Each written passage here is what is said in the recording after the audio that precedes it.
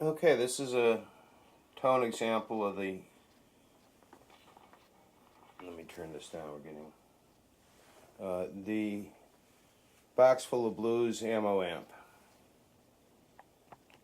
Let's crank it up a little, and this is with a Shure Green Bullet 520DX. It's Mexican, it was made about 20 years ago, and a Hunter Special 20 in D.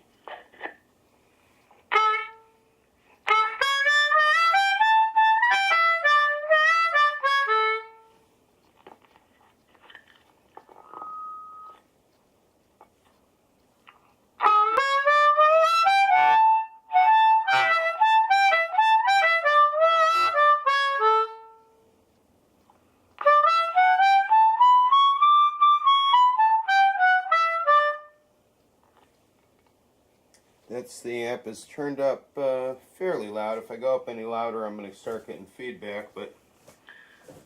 And that's with a 12AX7, and the amp hasn't been optimized for harp, but it sounds pretty good on harp.